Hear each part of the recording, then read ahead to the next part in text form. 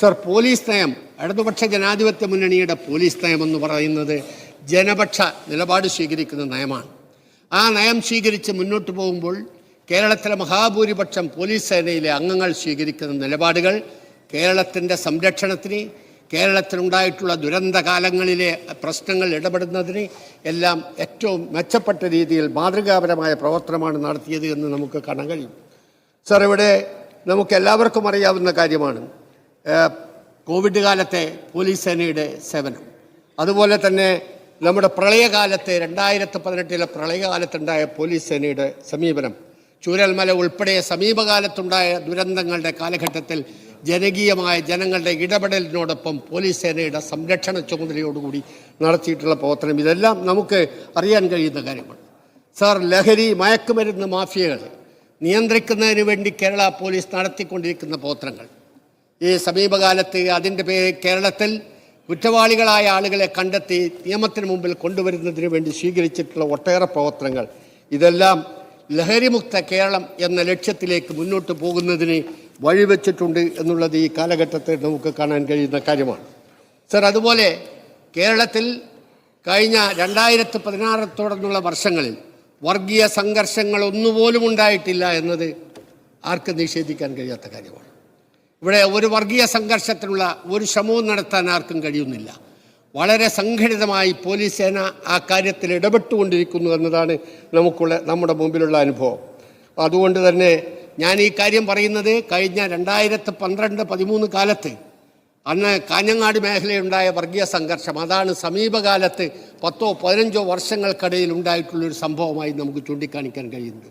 അത് അടിച്ചമർത്തുന്നതിന് വേണ്ടിയുള്ള നിലപാടെന്ന് സ്വീകരിക്കുമ്പോൾ ഇടതുപക്ഷ ജനാധിപത്യ മുന്നണി പ്രസ്ഥാനം അതിൻ്റെ മുമ്പിലുണ്ടായിരുന്നു. ആ വർഗീയ സംഘർഷത്തെ നിയന്ത്രിക്കണമെന്ന പേരിൽ അതിനിടപെടേണ്ടി വന്നിട്ടുള്ള സാഹചര്യമാണുള്ളത്. എന്നാൽ ഈ കാലഘട്ടത്തിൽ അതൊന്നും ഉണ്ടായിട്ടില്ല എന്നതാണ് നമുക്ക് കാണാൻ കഴിയുന്നത്.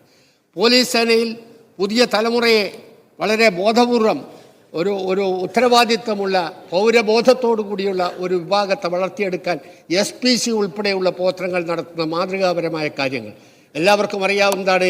കേരളത്തിലെ SPC അതിലൂടെ വളർന്നു വന്നിട്ടുള്ള പുതിയ ചെറുപ്പക്കാരും അവരുടെ പുതിയ ബോധവും അതിൻ്റെ അടിസ്ഥാനത്തിൽ നടക്കുന്ന പ്രവർത്തനങ്ങളും ഉൾപ്പെടെയുള്ളത്, ജനമൈത്രി പോലീസിൻ്റെ പ്രവർത്തനങ്ങൾ, ഇതൊന്നും ആർക്കും നിഷേധിക്കാൻ കഴിയാത്ത കാര്യമാണ്.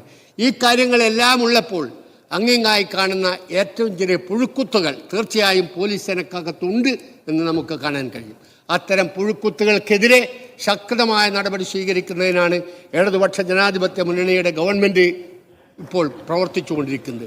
ആ നടപടികൾ ഓരോന്നും ഇവിടെ എണ്ണി പറയാൻ നമുക്ക് കഴിയും. എത്ര ആളുകളെയാണ് സർ പോലീസ് സേനയിൽ നിന്നിപ്പോൾ പിരിച്ചുവിട്ട് കഴിഞ്ഞിരിക്കുന്നത്?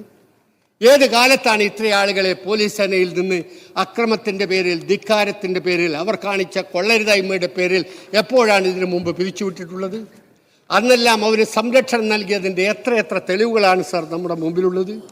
ഓരോ കാലഘട്ടത്തെയും പ്രവർത്തനങ്ങൾ എടുത്ത് പരിശോധിച്ചാൽ, ഇപ്പോൾ സാധാരണഗതിയിൽ ഇത്തരം ചർച്ചയുടെ വേദിയിൽ പ്രത്യേകിച്ച് ഭരണ പ്രതിപക്ഷ കക്ഷികൾ നടത്തുന്ന സംസാരങ്ങളുടെ ഇടയിൽ കഴിഞ്ഞ കാലത്തേത് എടുത്തു പറയാനുള്ള അവസരമുണ്ടാക്കുന്നു എന്നതാണ് ഇതിൽ ഈ ചൂണ്ടിക്കാണിക്കാനുള്ളത്. സർ, മുത്തങ്ങ സമരം ഇവിടെ എല്ലാവർക്കും അറിയാവുന്ന കാര്യമാണ്. ഇവിടെ സൂചിപ്പിച്ചു യോഗിക്ക് നേരെ, യോഗിയെ വെടിവെച്ച് യോഗി മരിച്ചതിൻ്റെ കാര്യങ്ങൾ, അതിനെ തുടർന്നുണ്ടായിട്ടുള്ള സംഭവങ്ങൾ, അവിടെ ക്രൂരമായി നടന്ന അന്നത്തെ അക്രമങ്ങൾ ആർക്കെങ്കിലും നിഷേധിക്കാൻ കഴിയുമോ സർ? അതുപോലെ തന്നെ അങ്ങനെ കൊല ചെയ്യപ്പെട്ട യോഗിയുടെ സഹോദരിക്ക് ജോലി കൊടുക്കാൻ ഇടതുപക്ഷ ജനാധിപത്യ മുന്നണിയുടെ ഗവൺമെൻറ് വേണ്ടി വന്നു എന്നത് അറിയാവുന്ന കാര്യമല്ലേ സാർ? ഇതിനു മുമ്പ് ആരെങ്കിലും അത്തരം ഒരു കാര്യങ്ങൾ ഇടപെട്ടിട്ടുണ്ടോ? ഗവൺമെൻറ്റിന് എങ്ങനെയാണ് ഇത്തരം വിഷയങ്ങളിൽ ഏറ്റവുമേറെ സഹതാപമർഹിക്കുന്ന പ്രശ്നങ്ങളിൽ നടപടി സ്വീകരിക്കേണ്ടത് എന്ന് മാതൃകാപരമായി തെളിയിക്കുന്ന നടപടിയാണ് ഇടതുപക്ഷ ജനാധിപത്യ മുന്നണി ഗവൺമെൻറ്റിൻ്റെ ഭാഗത്തുനിന്നുണ്ടായിട്ടുള്ളത് എന്ന് കാണാൻ കഴിയും. സാർ, 2012-13 കാലഘട്ടത്തിലെ ആ കാലഘട്ടത്തിൻ്റെ പ്രത്യേകതകൾ എല്ലാവർക്കും അറിയാം. അന്ന് ഷോക്കടിപ്പിച്ച് പിടഞ്ഞുകൊണ്ടിരുന്ന മനുഷ്യരെ കണ്ട് രസിച്ചു തുള്ളിയ പോലീസുകാരുണ്ടായിട്ടില്ലേ സാർ? ഞാൻ നേരത്തെ പറഞ്ഞതുപോലെ പോലീസ് സേനക്കകത്തുള്ള ഇത്തരം ക്രിമിനലുകൾ എണ്ണത്തിൽ കുറവാണെങ്കിലും അവരുണ്ടാക്കുന്ന ഭീഷണിയും അവർ ഉയർത്തുന്ന പ്രശ്നങ്ങളും ഏത് കാലത്തും ഉണ്ടായിട്ടുണ്ട് എന്ന വസ്തുത നിഷേധിക്കാൻ കഴിയാത്തതാണ്. ഷോക്കടിപ്പിച്ച് അതിൻ്റെ ഇടയിൽ പിടഞ്ഞു വീണ് കരയുന്ന ആളുകളെ കണ്ട് ചിരിച്ച പോലീസ് ഓഫീസർമാർ, പോലീസ് മേധാവികൾ ഉൾപ്പെടെ ഉള്ള കാലമായിരുന്നു സാർ അത്. ജനനേന്ദ്രിയങ്ങൾ തകർത്ത കാലമാണ് 2013 ഉണ്ടായത് എന്ന് അന്നത്തെ സംഭവങ്ങൾ തെളിയിക്കുന്ന കാര്യമാണ് സാർ. ഏത് കാലത്തും ഉണ്ടായിട്ടുള്ള കുറവുകൾ ആ പോലീസ് സേനക്കകത്തുള്ള ഏതാനും ആളുകൾ കാണിക്കുന്ന കൊള്ളരുതായ്മയുടെ, അവരുടെ ധിക്കാരത്തിൻ്റെ, കാടത്തത്തിൻ്റെ ഫലമായിട്ടുള്ളതാണ് എന്ന് അംഗീകരിക്കുകയാണ് എല്ലാവരും സ്വീകരിക്കേണ്ട കാര്യം. അത് ആ കാലത്തുണ്ടായിട്ടുണ്ടെങ്കിൽ ഈ കാലത്തുണ്ടാവുന്ന കാര്യങ്ങളിൽ പോലീസ് ഗവൺമെൻറ് നടപടി സ്വീകരിക്കുന്നു, അത്തരം ആളുകളെ പിരിച്ചുവിടുന്നു.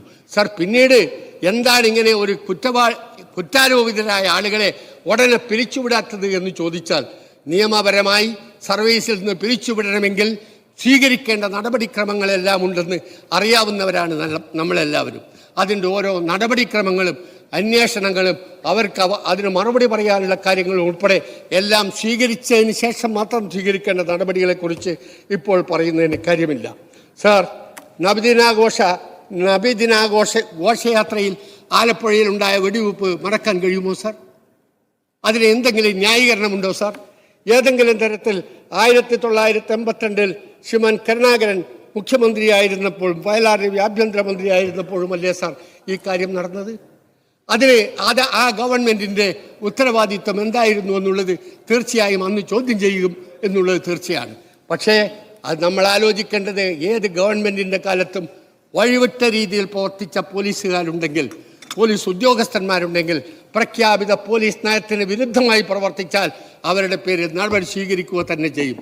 LDFിൻ്റെ പ്രഖ്യാപിതമായ പോലീസ് നയത്തിൽ നിന്ന് വ്യതിചലിക്കുന്നവരുണ്ട് എന്ന് അപൂർവം കാണുമ്പോൾ അവരുടെ പേരിൽ നടപടി സ്വീകരിക്കുന്നുണ്ട്. തുടർന്ന് അത്തരം പോത്തങ്ങൾ ഉണ്ടായാൽ മുഖം നോക്കാതെയുള്ള നടപടിയായിരിക്കും കേരളത്തിലെ ഗവൺമെൻറ് സ്വീകരിക്കുന്നത് എന്ന് ഈ സന്ദർഭത്തെ ചൂണ്ടിക്കാണിക്കാൻ ഞാൻ ആഗ്രഹിക്കുകയാണ്.